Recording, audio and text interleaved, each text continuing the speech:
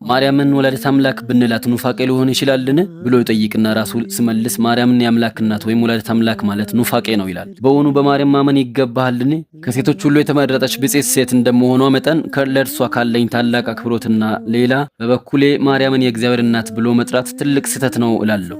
ነገር ግን ሐዋርያት ሲጠሯት እንደነበረው የኢየሱስ እናት ብለን ብንጠራት በቂ መሆኑን መገንዘብ ያሻል። ሳሙኤል ጎባት 1834፣ ዶናልድ ክሬሚ 1972። በኋላ ላይ አካላዊ ቃል ያደረበት የቃል ማደሪያ እንጂ ቃል የተዋሃደውና የራሱ አካል ያደረገው ስግው ቃል አይደለም።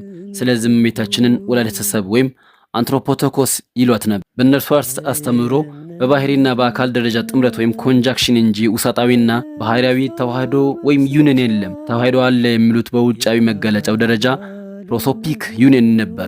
በመለኮታዊ ባህሪውና በትስብእቱ መካከል የሚያደርጉት የልዩነት ድንበር ክርስቶስን ሁለት የተለያዩ ሰዎች ወይም መለኮታዊ ልጅና ሰብአዊ ልጅ በአንድ የገጽ ፕሮሶፖን መገለጫ ላይ ብቻ ሲጣመሩ አይነት ሆኖ እንድታይ ያደረጉት።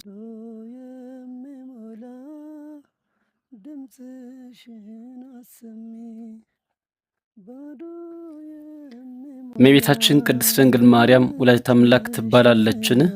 ለምን? እመቤታችን ቅድስት ድንግል ማርያም ላይ መዝመትን አንዱ ዓላማቸው ያደረጉት ታድሶዎች ከሚቃወሙት ጉዳይ አንዱ የእመቤታችን ወላዲተ አምላክ መባል ነው።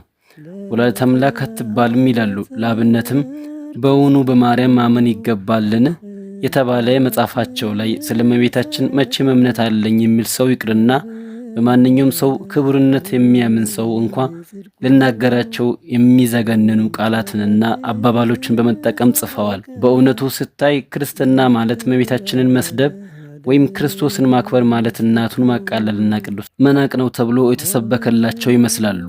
በዚህ መጽሐፋቸው ላይ ታድሶዎች ስለ እመቤታችን ወላዲተ አምላክ መባል አለመባል ጉዳይ እንዲህ ብለዋል። ማርያምን ወላዲተ አምላክ ብንላት ኑፋቄ ሊሆን ይችላልን ብሎ ይጠይቅና ራሱ ሲመልስ ማርያምን የአምላክ እናት ወይም ወላዲተ አምላክ ማለት ኑፋቄ ነው ይላል። በእውኑ በማርያም ማመን ይገባሃልን የተባለ ጸሐፊው ራሱ መጋቤ ጥበብ ሰሎሞን ዘሀገረ ጊሸን ደብረ ከርቤ ማርያም ነኝ የሚል የታድሶ መጽሐፍ ገጽ 78 እስከ 80።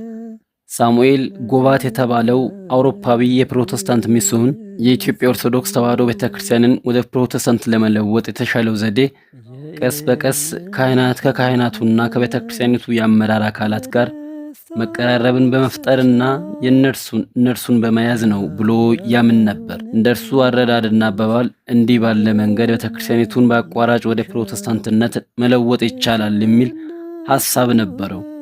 ስለሆነም ይኸው ሚስዮናዊ ከጨገውና ከካህናቱ ጋር በፈጠረው